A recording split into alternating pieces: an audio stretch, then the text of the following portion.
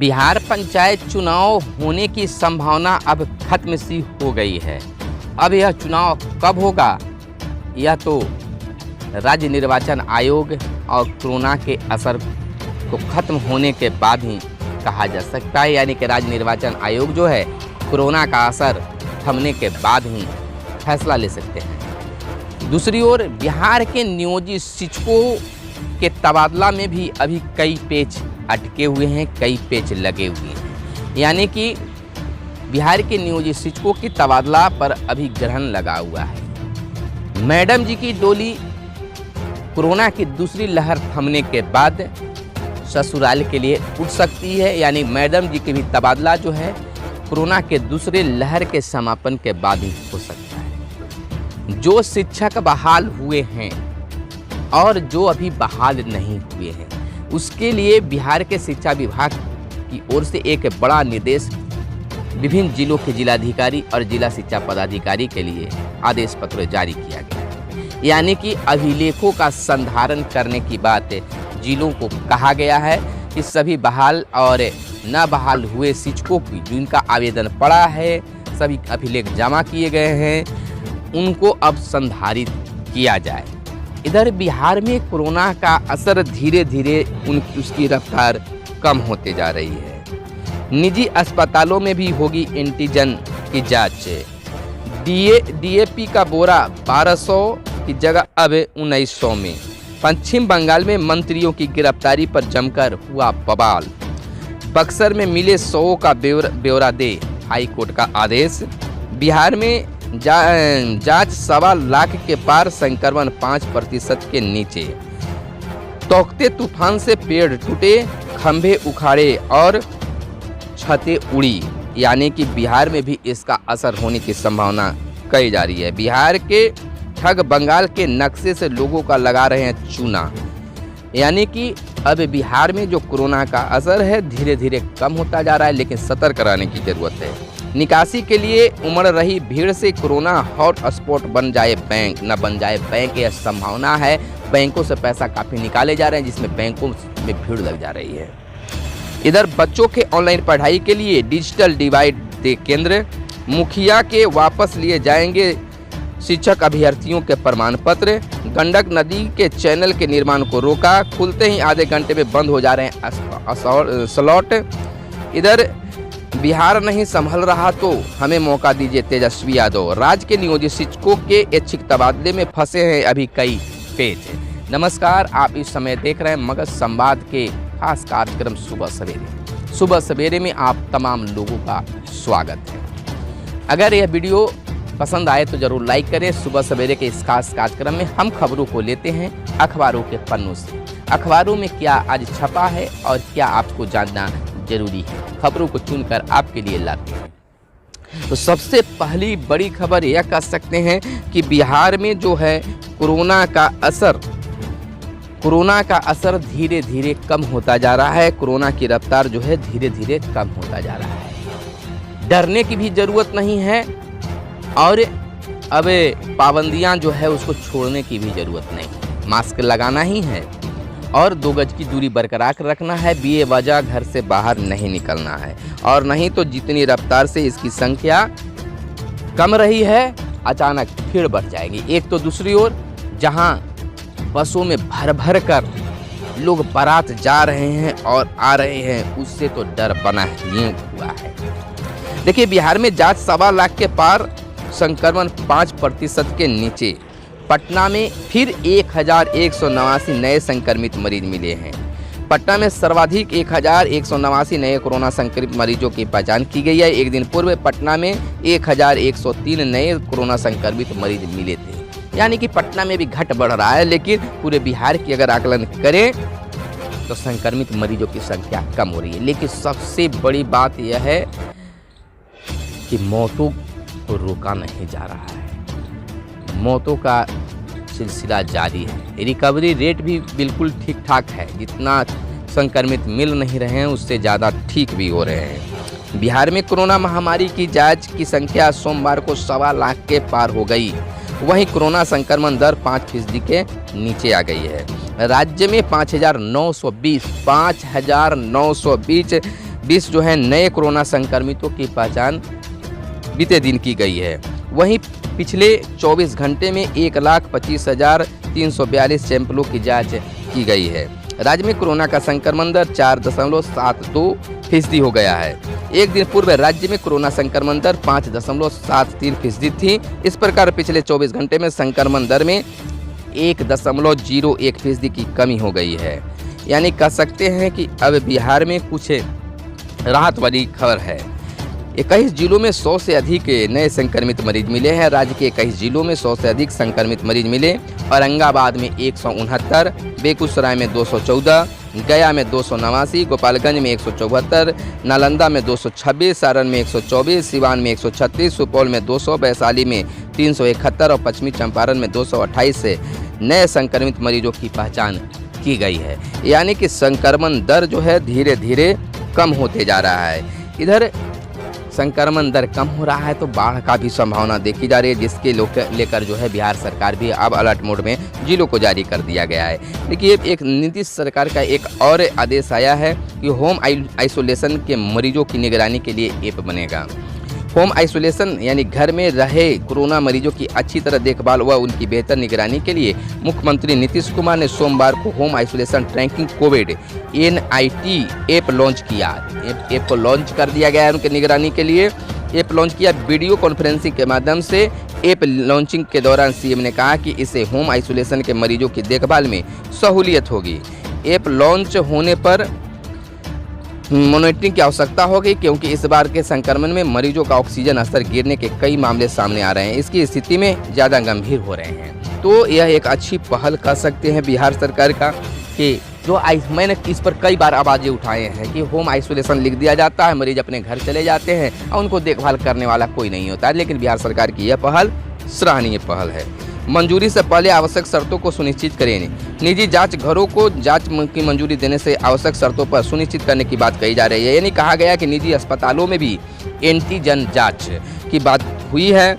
राज्य में अब निजी अस्पतालों में जांच घरों में भी कोरोना की रैपिड एंटीजन जांच की जाएगी। इसके लिए इन दोनों को भी इसकी जांच की मंजूरी दी जाएगी। स्वास्थ्य विभाग के निर्देशक प्रमुख स्वास्थ्य सेवाएं डॉक्टर NG प्रसाद ने इस बाबत निर्देश जारी किया गया है। देखिए प्राइवेट अस्पतालों में भी कोविड एंटीजन की जांच हो और इसके लिए जो है कुछ मार्गदर्शन भी किया जाए, कुछ सुविधाओं को भी जो है शर्त लगाया जाए कि जांच कितने में किया जाए, कब किया जाए, किन किन अस्पतालों को दिया जाए, तब नहीं तो फिर यहाँ पर लोग ठगे जाएंगे। इसके लिए भी सरकार ने अच्छा एक कदम उठाया है।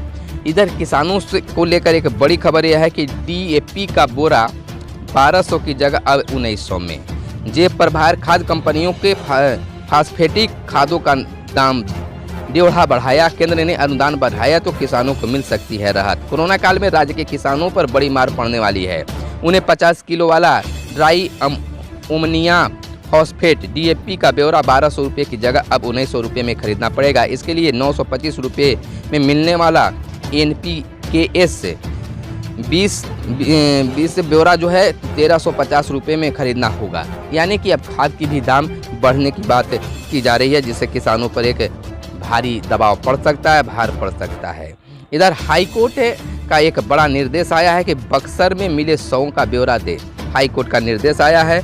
बक्सर में गंगा नदी में लाश मिलने के मामले में पटना हाईकोर्ट ने जवाब तलब किया है। हाईकोर्ट ने मुख्य सचिव को बताने को कहा है कि 1 मार्च से अब तक कितनी लाशें गंगा में मिली है, धार्मिक रीति रिवाज के अनुसार कितने का दाह संस्कार हुआ है और कितने को दफनाया गया है। इस संबंध में मुख्य सचिव को 3 दिन में जवाब दाखिल करने को कहा गया है। या आखिर गंगा में लाश कहीं का भी हो, कितना मिला है और कितने का दाह संस्कार हिंदू धर्म से और कितने के अन्य धर्मों के माध्यम से किया गया है। यह हाईकोर्ट का एक निर्देश आया है। इधर टकराव की स्थिति पश्चिम बंगाल में बनी हुई है। पश्चिम बंगाल में मंत्रियों की गिरफ्तारी पर जमकर बवाल हुआ है। CBI दफ्तर पहुंची है ममता बनर्जी। बिहार में जो है तौकते तूफान से पेड़ टूटे, खंभे उखड़े और छतें गिरी। यानी कि देखिए इतना तेज तूफान कई राज्यों को तबाह कर दिया। मुंबई की यह खबर है। मुंबई में 120 किलोमीटर की प्रति घंटा की रफ्तार से चली है आंधी। भारी बारिश से जनजीवन ठप, कई जगह पानी भरे रहने की परेशानी हो रही थी। तो इस तरह से हमें भी सतर्क रहने की ज़रूरत है। कोरोना वायरस की देसी दवा 2G लॉन्च किया गया, DG यानी कि यह जो है कोरोना का असर कम करने पर काफ़ी जो है राहत है।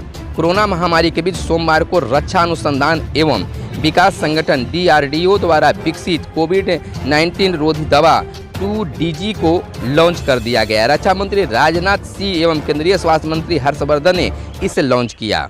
रेड्डी लेबोरेटरी द्वारा तैयार दवा की पहली खेप को जारी भी कर दिया गया है। यह दवा मध्यम एवं गंभीर कोरोना रोगियों के इलाज में सहायक दवा के रूप में कार्य करती है। यह ऑक्सीजन की जरूरत को कम करती है।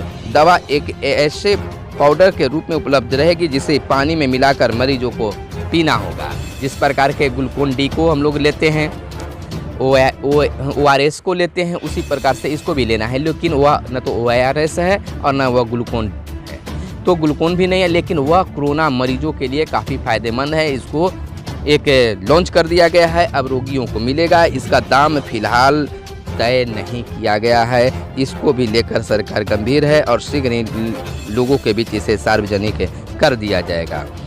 और दूसरी बात है, हम आपको लेकर चलते हैं एक बड़ी खबर की ओर। निकासी के लिए देखिए, अब कोरोना में पैसों की ज़रूरत है, लोग घरों में हैं। अब पैसे निकासी के लिए लोग बैंकों तक जा रहे हैं। अब सरकार को भी और इधर लोगों को भी लगने लगा कि जिस प्रकार से बैंकों में भीड़ लग रही है, तो ऐसा न कि कोरोना का हॉट स्पॉट बन जाए। तो इस पर लोगों को सहूलियत रखनी चाहिए कि जितने पैसे की ज़रूरत है उतने पैसे को ही निकासी किया जाए। ऑनलाइन पेमेंट लेने और करने की भी कार्य किया जाए। बच्चों को ऑनलाइन पढ़ाई के लिए डिजिटल डिवाइस दे केंद्र, यह एक बिहार की मांग है कि डिवाइस दिया जाए केंद्र सरकार की ओर से। बिहार सरकार ने केंद्र सरकार के समक्ष राज्य के सरकारी स्कूलों में पढ़ने वाले गरीब घरों के बच्चों का ऑनलाइन पढ़ाई के लिए केंद्र प्रायोजित समग्र शिक्षा योजना के अंतर्गत डिजिटल डिवाइस देने की मांग किया गया है। अगर इस तरह की व्यवस्था अगर बिहार में भी हो जाए तब तो बात ही कुछ और हो जाएगा। कह रहा है एक और बड़ी खबर आपके लिए कि जिनका ऑक्सीजन स्तर 94 से कम, उनका सरकार डेडिकेटेड हेल्थ सेंटर में कराएगी इलाज। मुख्यमंत्री नीतीश कुमार का ऐलान है कि 94 से जिसका अगर ऑक्सीजन लेवल कम होगा उसका इलाज मुख्यमंत्री खुद डेडिकेटेड हेल्थ सेंटर में कराएगी। यह व्यवस्था जहां कहीं भी अगर हुआ है तो बहुत अच्छा व्यवस्था है सरकार की ओर से। तो प्राइवेट में तो रोगियों को और रोगी के परिवार को भी खैर क्या किया जा रहा है आप समझ सकते हैं। मुखिया से वापस लिए जाएंगे शिक्षक अभ्यर्थियों के प्रमाण पत्र। शिक्षा विभाग ने शिक्षक अभ्यर्थियों के कागजात नियोजन समितियों के अध्यक्ष से वापस लेने को कहा है। सभी डीएम को सोमवार को इस बाबत निर्देश भी जारी कर दिए गए। जो भी मुखिया जी के पास में शिक्षक से संबंधित कागजात हैं उसको वापस सौंपने का आदेश जारी किया गया है। इधर देखिए, अब ये टीका लगवाने के लिए ऑनलाइन पहले अपना नामांकन कराया जा रहा है, लेकिन स्लॉट जो है कुछ ही समय के लिए खोल रहे हैं। राज्य में 18 से 44 साल के व्यक्तियों के टीकाकरण के लिए कोविड पोर्टल पर स्लॉट उपलब्ध नहीं होने के कारण टीकाकरण में परेशानी हो रही है। लोग खोल रहे हैं लेकिन उस पर उनका नामकरण नहीं हो रहा है, रजिस्ट्रेशन नहीं हो पा रहा है, जिससे वह परेशान हो जा रहे हैं। तो दवा उपलब्ध जब तक नहीं हो पाएगा तो उसमें काम भी नहीं बेहतर ढंग से होगा। देखिए, राज्य के नियोजित शिक्षकों के ऐच्छिक तबादले में फंसे हैं अभी कई पेच फंसे हुए हैं। जैसे सबसे पहला तो पेच यही कर सकते हैं कि कोरोना का असर है, और दूसरा पेच यह है कि पंचायत में जो है कितनी रिक्तियां कहाँ हैं, किस विद्यालय में कितनी रिक्तियां हैं, यह भी एक बड़ा पेच है। अब मैडम जी की डोली जो है अब कोरोना की दूसरी लहर के बाद ही उठेगी। यानी कि जो मैडम अपने मैके में बहाल हुए हैं अब जून माह के बाद ही उनकी तबादला हो सकेगा, जिस पर शिक्षा विभाग ने कार्य करना शुरू कर दिया है। कोरोना का असर खत्म होते ही जून महीने में आवेदन लिए जाएंगे और जून के अंतिम सप्ताह में उनके तबादला की प्रक्रिया शुरू हो जाएगी। लेकिन यह तब होगा जब कोरोना का दूसरी लहर थमने लगेगा। फिलहाल कोरोना का असर धीरे धीरे कम होता जा रहा है। दूसरी बात, बिहार में पंचायत चुनाव जो हैं अब बिल्कुल कह सकते हैं कि अब कोई संभावना होने की तत्काल नहीं है। कब होगा, यानी कि कोरोना की दूसरी लहर बिल्कुल थम जाएगा, उसके बाद ही राज्य निर्वाचन आयोग जो है इस पर फैसला ले सकता है। फिलहाल अभी कोई संभावना नहीं है कि अब पंचायत चुनाव कब होगा, कैसे होगा, कितने चरणों में होगा। इस पर जब तक कोरोना का असर कम नहीं होता तब तक इस पर कोई कार्य नहीं होगा। अभी बिहार के नियोजित शिक्षकों के कागजात को जांच करने की जिम्मेवारी जो है वह निगरानी पर दिया गया है और उसके लिए कार्य चल रहा है। अभिलेखों का संधारण करने के लिए भी बात कही गई है। जो शिक्षक बहाल हुए हैं उनके भी कार्य कागजातों का संधारण होगा और जो बहाल नहीं हुए हैं उनके भी कागजातों का संधारण, आवेदन जो दिए हैं उनका संधारण करने का आदेश विभिन्न जिलों को शिक्षा विभाग ने जारी कर दिया गया। तो हमारे साथ बने रहें, देखते रहें मगध संवाद। धन्यवाद। जय हिंद, जय भारत, वंदे मातरम।